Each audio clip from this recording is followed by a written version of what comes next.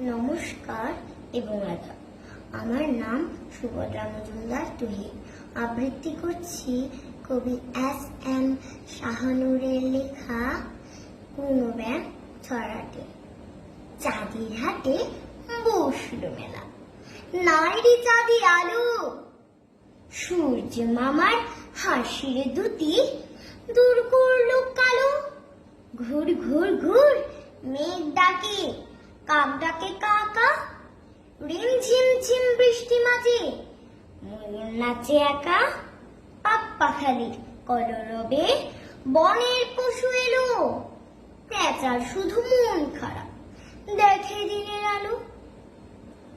হই হই হই রুই রুই রুই পেক্ষাপ্পা সুর, ঘ্যাঙর ঘ্যাঙর ঘ্যাং, হাপুস হুপুস ইতর প্রাণী, কুয়ার কোনো ব্যাং।